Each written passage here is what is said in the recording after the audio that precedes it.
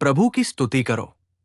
हमारे प्रभु यीशु मसीह के नाम पर मैं आप सभी को हमारी होसन्ना मिनिस्ट्रीज की ओर से हार्दिक शुभकामनाएं देता हूं। प्रभु आपको आशीर्वाद दें और समृद्ध करें। प्रियजनों, इस समय आइए हम पवित्र शास्त्र के एक सुंदर वचन पर कुछ समय के लिए ध्यान करें। एक अद्भुत वचन जिसे हम अक्सर पढ़ते और मनन करते हैं, उसे भजन संहिता की पुस्तक के पहले भजन में देखा जा सकता है।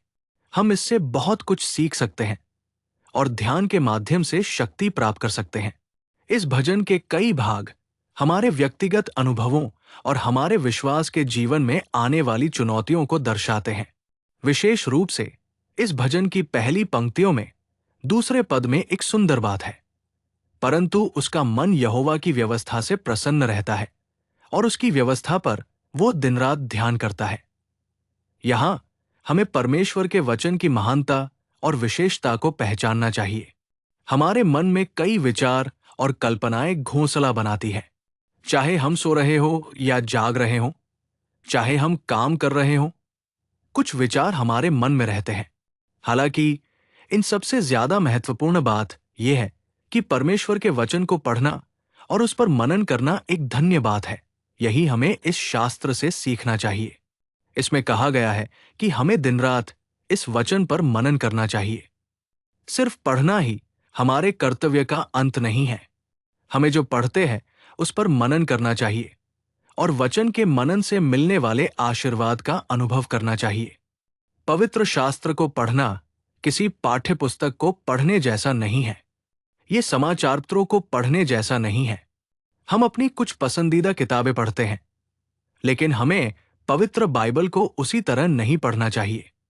हमें परमेश्वर के वचन को ऐसे पढ़ना चाहिए जैसे कि हम परमेश्वर से बात कर रहे हों और जैसे कि परमेश्वर हमसे बात कर रहा हो। जब हम वचन पढ़ते हैं तो हमें यह समझ होनी चाहिए कि प्रभु हमसे बात कर रहे हैं और वे हमारे बगल में हैं। हमें परमेश्वर के वचन को पढ़ते समय लापरवाही नहीं करनी चाहिए, जैसे कि लेटना या पैर फैलाकर अपनी मर्जी से बैठना, क्योंकि वचन परमेश्वर है और परमेश्वर वचन है।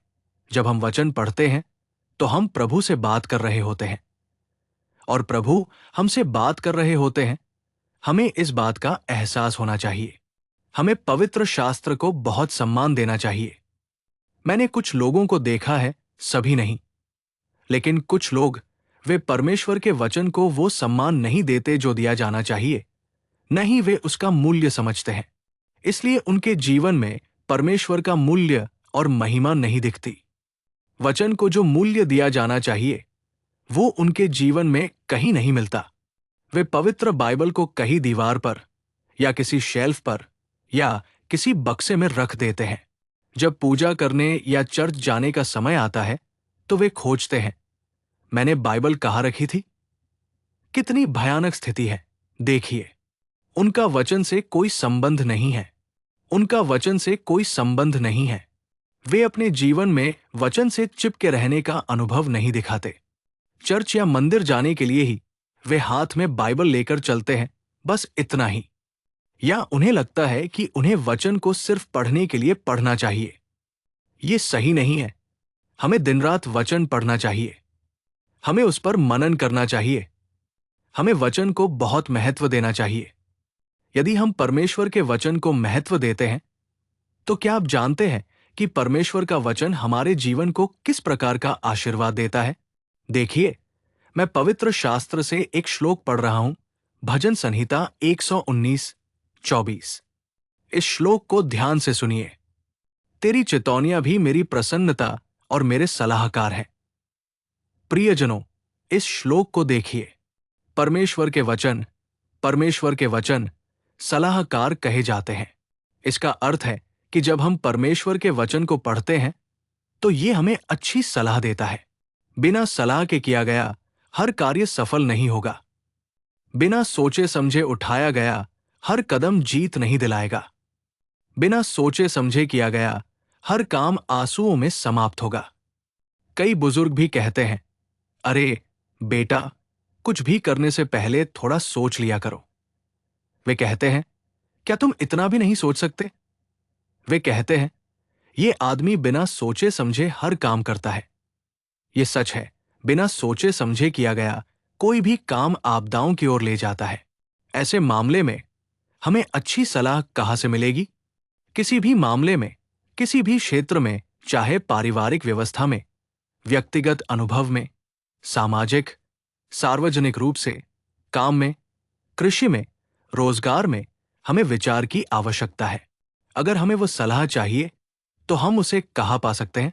मनुष्यों में सलाह केवल वही है जो उन्होंने कहीं और से उधार ली है। अगर हम पूछें या अगर हम सुने तो वे कुछ विचार साझा कर सकते हैं। राय देने वाले लोगों की कोई कमी नहीं है।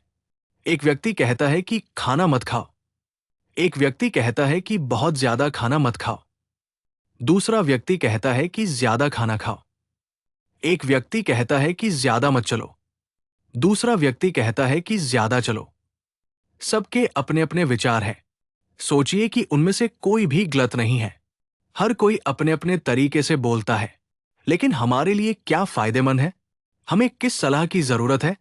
इसीलिए यशायाह की किताब में हम पढ़ते हैं, मैं तुम पर नजर रखूंगा और तुम्हें शिक्षा दूंगा। किसी और को दी गई सलाह हमारे लिए नहीं है। किसी और के विचार हमारे नहीं हैं। वो अपनी नजर हम पर रखता है और जानता है कि हमें किस सलाह की जरूरत है, हमें किस प्रोत्साहन की जरूरत है, क्या फायदेमंद होगा, क्या सेहतमंद होगा और क्या आशीर्वाद होगा। उसके आधार पर वो हमें सलाह देता है। वो सलाह परमेश्वर के वचन के पास पाई जाती है। परमेश्वर का वचन हमें अच्छी सलाह देता है। कुछ लोग प्रार्थना प्राप्त करने के लिए आते हैं। जब वे जो बातें बताते हैं उन्हें सुनते हैं तो हम सोचते हैं, क्या ये पढ़े लिखे लोग नहीं हैं? बुद्धि से भरे लोग नहीं हैं? कई क्षेत्रों में अनुभवी लोग नहीं हैं? वे इतनी छोटी सी बात में कैसे उलझ गए? वे इतनी छोटी सी बात में क्यों असफल हो गए? ये आश्चर्यजनक है। जब पूछा जाता है, भाई आपने ऐसा कैसे किया, तो वे कहते हैं, मैंने बिना सोचे समझे काम किया। ये सच है। अगर हम प्रतिदिन परमेश्वर के वचन पर मनन करें, अगर हम प्रतिदिन उसे पढ़ें और उस पर टिके रहें, तो वो वचन हमें अच्छे विचार देगा। ये हमें सफल होना सिखाएगा। ये हमें सफल मार्ग पर बनाए रखेगा। इसलिए आपको चिंतन करना चाहिए, आपकी असफलताओं का कारण क्या है? आपके आंसुओं का कारण क्या है? आपकी बाधाओं और विरोधों का कारण क्या है? क्या ये विचार की कमी नहीं है? परिवार स्थापित करने में विचार की कमी, शिक्षा के क्षेत्र में सही सोच की कमी, हाथ के कामों में उचित विचार की कमी, किसी ने कुछ कह दिया तो आप आगे बढ़ गए और घाव खा गए। ऐसे अनगिनत है। अब प्रियजनों, परमेश्वर के वचन पर मनन करें। यदि आप परमेश्वर के वचन पर मनन करेंगे तो अच्छे विचार आएंगे। इतना ही नहीं, यदि आप भजन संहिता 119-92 पढ़ेंगे तो मैं उसमें लिखी एक आयत पढ़ूंगा और आपको सुनाऊंगा। यदि तेरी व्यवस्था मेरी प्रसन्नता न होती तो मैं अपने क्लेश में नाश हो जाता। प्रियजनों, यहां हम जो सुंदर वचन पढ़ रहे हैं उसे देखिए। यदि मेरी विपत्ति के दिन तेरी व्यवस्था मेरी प्रसन्नता न होती तो मैं नाश हो जाता, वो कहता है। जरा सोचिए, क्या ये हमारे अनुभव नहीं है? विपत्ति हर व्यक्ति के पास किसी न किसी तरह से आती है। ये सोचना कि विपत्तियां नहीं आएंगी मूर्खता है। हम संसार में रह रहे हैं और हमें कुछ कठिनाइयों, परेशानियों, कष्टों का सामना करना पड़ेगा। ये कहना कि यदि हम प्रभु पर भरोसा रखेंगे तो विपत्तियां नहीं आएंगी, बेतुका है। विपत्तियां आएंगी, कठिनाइयां आएंगी, आरोप आएंगे, अपमान आएगा। ये सब सामान्य है। लेकिन विपत्ति के दिन बिना हिम्मत हारे, बिना थके, बिना उलझन में पड़े, बिना विश्वास में कमजोर हुए परमेश्वर का वचन हमें आनंद देता है। भजनकार ने यही शब्द कहे हैं, मेरे दुख के समय यदि तेरा वचन मुझे आनंद न देता तो मैं नाश हो जाता। अर्थात जब भी हम संकट या कठिनाई से गुजरते हैं तो वचन ही हमें साहस, शक्ति और आनंद देता है। संसार में हमारे बहुत से लोग हो सकते हैं, प्रियजन, आध्यात्मिक लोग, मित्र, शुभचिंतक, बहुत से। लेकिन उनमें से अधिकांश ऐसे लोग होते हैं जो हमें हतोत्साहित करते हैं। वे हमें सांत्वना देते प्रतीत होते हैं, लेकिन वास्तव में वे हतोत्साहित करते हैं। वे हमें ऊपर उठाते प्रतीत होते हैं, लेकिन वे शब्दों को गोलियों की तरह फेंकते हैं। कुछ मामलों में हमारे वास्तविक दुख से भी अधिक बाहर से आने वाले अनावश्यक शब्द अधिक कष्ट देते हैं। अय्यूब के इतिहास को देखें। वो पहले से ही परखा जा रहा था, जांचा जा रहा था, परीक्षाओं में डाला जा रहा था। उसे सांत्वना देने आए मित्रों ने क्या किया? बेहतर होता कि वे न आते। आने का क्या मतलब था? वे ये कहते हुए आए कि वे उसे सांत्वना देंगे, उससे प्रेम करेंगे, उसे प्रोत्साहित करेंगे। उन्होंने क्या किया? उन्होंने उसे और कुचला, उसे और अधिक परेशान किया, उसे और अधिक चोट पहुंचाई। उन्होंने एक ऐसे व्यक्ति को और हतोत्साहित किया जो पहले से ही निराश था। ये सभी चीजें हम अनुभव करते हैं। ऐसे क्षणों में यदि हम परमेश्वर के वचन को पढ़ते हैं, यदि हम परमेश्वर के वचन पर ध्यान करते हैं, तो ये वचन ही है जो हमें खुशी देता है। ये वचन ही है जो हमें हतोत्साहित होने से रोकता है। ये वचन ही है जो हमें साहस और शक्ति देता है। हमें वचन के साथ जुड़ना चाहिए। हमें दिन रात वचन पर ध्यान करना चाहिए। हमें उस वचन पर ध्यान देना चाहिए। तो आपने वचन को कितना पढ़ा है और आराम, आनंद और साहस प्राप्त किया है, मुझे नहीं पता। कम से कम आज से यदि आप वचन के मूल्य को समझते हैं, तो आप वचन के बिना नहीं रह पाएंगे। आप वचन को पढ़े बिना नहीं रह पाएंगे। आप वचन पर ध्यान किए बिना नहीं रह पाएंगे। यही मैं आपको बता रहा हूं। मैं आपको एक और बात याद दिलाता हूं।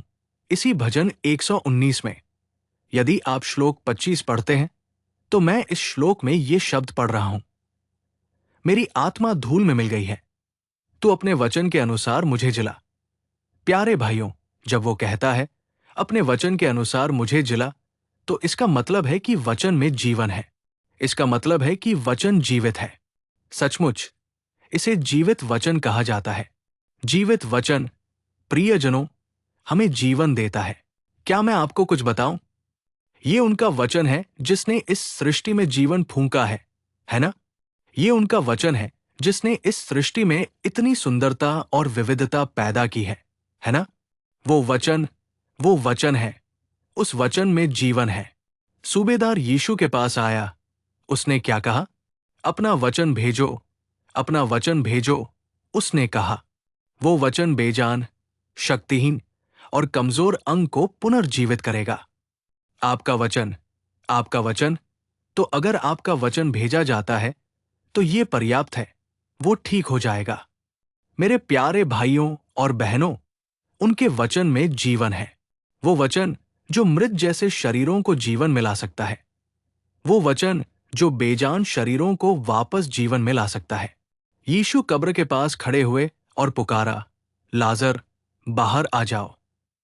वो बोला गया, वचन कब्र में गया और मृत व्यक्ति को बाहर निकाला। क्या ये वही वचन नहीं है? क्या ये वही वचन नहीं है जिसने सूखी हड्डियों में जीवन फूंका? क्या इसने रेगिस्तान में नदियां नहीं बहाईं? तो फिर ये आज हमारे जीवन को जीवन क्यों नहीं देगा? ये हमें शक्ति क्यों नहीं देगा? यदि हम वचन को पढ़ें, यदि हम वचन पर मनन करें, तो वचन में जो जीवन है वो हमारे भीतर समा जाएगा। ये हमारे भीतर समा जाएगा। वो वचन हमें जीवन देता है और हमें जीवित रखता है। हम कैसे जीवित बनते हैं? यदि हम वचन को अपनाते हैं, उस पर मनन करते हैं और उसके अनुसार जीते हैं। और यदि वचन हमारे भीतर बसता है, तो हम जीवित हो जाते हैं। क्या मैं आपको भजनहार द्वारा कहे गए शब्दों की याद दिलाऊं? उसने कहा, दुख की भट्टी में तेरे वचन ने मुझे जीवित रखा। उसका वचन ही हमें जीवित रखता है। एक दिन शैतान यीशु को एक ऊंचे पहाड़ पर ले गया और कहा, इन पत्थरों को रोटी बनाओ और खाओ। तुम भूखे हो, है ना? तुम 40 दिन और रात उपवास कर रहे हो। प्रभु ने कहा, मनुष्य केवल रोटी से नहीं, बल्कि परमेश्वर के मुख से निकलने वाले हर वचन से जीवित रहता है। ये वचन ही हमें जीवन देते हैं। सिर्फ इसलिए कि हम पौष्टिक खाना खाते हैं या आहार नियमों का पालन करते हैं, इसका मतलब ये नहीं है कि हम जीवित रहेंगे। अगर हम सिर्फ इसलिए जीवित रह सकते हैं, तो मरने वाले बहुत से लोग अभी भी जीवित होने चाहिए। क्या मरने वाले सभी लोग सिर्फ अपने कारण ही मरे? क्या उनमें से कुछ लोग ऐसे नहीं थे जो सबसे ज्यादा खाते थे? वे उस कारण से नहीं मरे। हम परमेश्वर के मुख से निकले वचन से जीते हैं। ये हमारी हड्डियों, पैरों और जोड़ों को मजबूती देता है। जब हम परमेश्वर का वचन पढ़ते हैं, तो हमारे अंदर जीवन भर जाता है। हम जीवित हो जाते हैं और परमेश्वर की स्तुति करने में सक्षम हो जाते हैं। इसलिए अगर हम दिन रात वचन पर मनन करते हैं, तो हम धन्य होंगे। अगर हम वचन पढ़ते हैं, तो हम धन्य होंगे। अंत में मैं आपको एक और श्लोक याद दिलाऊंगा। मैं भजन 119 से 130वां श्लोक पढ़ता हूं। इसे ध्यान से सुनिए। तेरे वचन का प्रवेश प्रकाश देता है, ये सरल लोगों को समझ देता है। मेरे प्यारे लोगों, यहां देखिए, ये सरल लोगों को समझ देता है, ऐसा कहा गया है। परमेश्वर का वचन उन लोगों को बुद्धि देता है जिनके पास बुद्धि नहीं है। ये ज्ञान पाठ्य पुस्तकों, इतिहास की पुस्तकों या सामान्य ज्ञान की पुस्तकों से नहीं आता है, बल्कि ईश्वरीय ज्ञान है। ये ईश्वर से आता है। ये कोमल, पवित्र और सर्वोच्च है। वचन सरल लोगों को समझ देता है। हम इस वचन का कितना सम्मान कर रहे हैं, जो समझ और बुद्धि देता है। बच्चों के सामने हम कई किताबें रखते हैं और कहते हैं, पढ़ो बच्चे। लेकिन कितने माता पिता कहते हैं, पवित्र शास्त्र पढ़ो बच्चे, जो सबसे बढ़कर बुद्धि देता है। ये पवित्र शास्त्र ही है जो आपको सर्वोच्च ज्ञान देता है, जो आपके दिमाग को खिलने में मदद करता है और आपकी आध्यात्मिक आंखों को रोशन करता है। लेकिन इस वचन को भूल जाना, जो इतना महान ज्ञान देता है, और कुछ और पढ़ना चुनता है, इससे कितना ज्ञान मिलेगा? मैं ईश्वर के कुछ लोगों को जानता हूं जिनके पास बहुत कम औपचारिक शिक्षा है, लेकिन उनकी सेवकाई प्रशंसनीय है। यीशु के शिष्य, उन्होंने क्या अध्ययन किया? क्या उनमें से अधिकांश मछुआरे नहीं थे? कुछ को छोड़कर बाकी सभी मछुआरे और छोटे मोटे कामगार थे। फिर भी वे चर्च की नींव कैसे रख सकते थे? वो दिव्य ज्ञान कहां से आया? मेरे प्यारे भाइयों और बहनों, परमेश्वर का वचन हमें बुद्धि और समझ देता है। दिन रात उस पर मनन करें। उस वचन को दिन रात पढ़ें, वचन को अपनाएं और जिए। तब हम धन्य होंगे। सभी चीजों में प्रभु आपको ऐसा आशीर्वाद प्रदान करें। अपना सिर झुकाएं, अपनी आंखें बंद करें और प्रार्थना करें। हे प्रभु, कृपा और सत्य से परिपूर्ण जीवन के प्रभु, मैं आपको धन्यवाद देता हूं। जब हम इस बात पर विचार करते हैं कि आपके वचन कितने मूल्यवान, गौरवशाली और सर्वोच्च है, तो हमें इस सत्य से भरे वचन को दिन रात अपनाने और उसके अनुसार जीने में मदद करें। आइए हम दिन रात इस पर मनन करें और इसका आशीर्वाद प्राप्त करें। हमें आपके लिए संदेशवाहक बनने में मदद करें। प्रभु, हम बुद्धिहीन हैं। हमें बुद्धि की आवश्यकता है। हमें जीवन की आवश्यकता है। हमें आनंद की आवश्यकता है। हम आशीर्वाद पाना चाहते हैं। दया दिखाएं और हमें ये सब पूरा करें। हम अपने आप को आपके हाथों में सौंप देते हैं। यीशु के नाम में हम प्रार्थना करते हैं और आपसे विनती करते हैं, पिता। आमीन, आमीन। प्रभु आपको आशीर्वाद दें और समृद्ध करें। इस पूरे दिन आपको उनकी भरपूर कृपा प्राप्त हो। आमीन। इस दैनिक अनुग्रह के दैनिक संदेशों और अधिक आध्यात्मिक संदेशों के लिए हमारे YouTube चैनल को सब्सक्राइब करें।